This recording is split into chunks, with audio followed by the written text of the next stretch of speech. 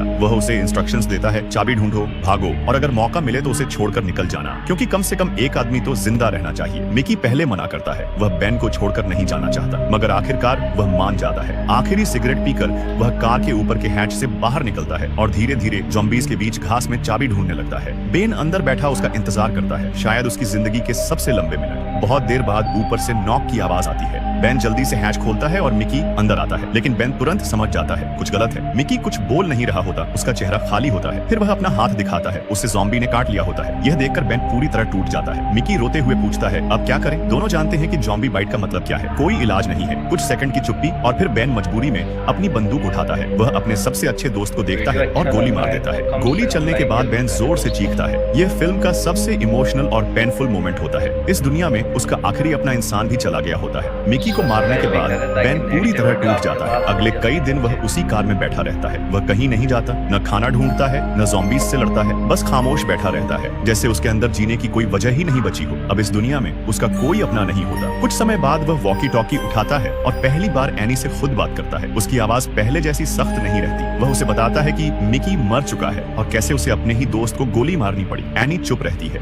Ben उससे कहता है कि अगर वह जिंदा बच गया तो एक दिन उसे ढूंढकर मार देगा, क्योंकि उसी के कारण मिकी ने उम्मीद बांधी थी और उसी उम्मीद ने उसे मौत तक पहुंचा दिया। उसे एक पुरानी बात याद आती है, जब शुरुआत में वे मिकी के घर में फंस गए थे। उस समय उन्होंने ज़ॉम्बीज़ को घर के एक हिस्से में अट्रैक्ट किया था और दूसरी तरफ से भाग निकले थे। बेन वही ट्रिक दोबारा इस्तेमाल करने का फैसला करता है। वह मिकी का म्यूजिक प्लेयर तेज आवाज में चला देता है, कार की खिड़कियों से ब्लैंकेट्स हटा देता है और जानबूझकर आवाज करता है ताकि सारे ज़ॉम्बीज़ कार की तरफ आ जाएं। जैसे जैसे ज़ॉम्बीज़ इकट्ठा होते हैं वे सब कार के सामने जमा हो जाते हैं। फिर बेन धीरे धीरे कार के पीछे वाले ट्रंक से बाहर निकलता है। अगले सीन में हम बेन को सड़क पर अकेले चलते हुए देखते हैं। उसके पास अब लगभग कुछ नहीं होता, न खाना, न सही हथियार, न कोई साथी। फिल्म यहीं खत्म हो जाती है, एक ऐसी कहानी के साथ जहां दुनिया खत्म हो चुकी है, लेकिन दोस्ती, अकेलापन और जीने की जिद अभी भी बाकी है।